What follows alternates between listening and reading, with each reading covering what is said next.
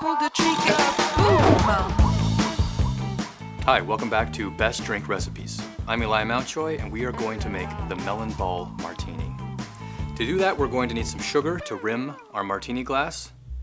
We're also going to need 2 ounces of Midori, followed by an ounce of citron vodka, and then half an ounce of elderflower liqueur, followed by another half ounce of freshly squeezed lime juice.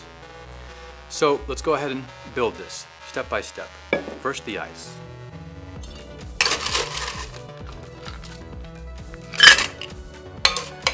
And before we pour the liqueur and liquor into our shaker where it begins diluting, we're going to first rim with sugar. So we'll take our lime wedge, go all the way around in a circle, and then just touching it face to the plate, go around twice. 1, 2. It should look kind of like that. We'll shake off the last little bits there, but you should be looking kind of like this. Next, we'll put in the 2 ounces of Midori, followed by our citron liqueur, followed by the elderflower, and lastly, our lime. All right, let's shake this up, about 7 to 10 seconds.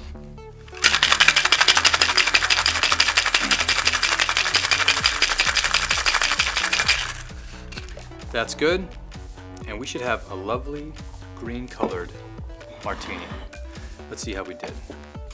Careful not to disturb the sugar rim that we just did. We'll pour directly into the center of this martini glass. And we should have a lovely melon ball, which we have, and we will garnish with a lime wheel. There you have it, the melon ball martini. Thank you for watching Best Drink Recipes. Appreciate you watching. See you next time.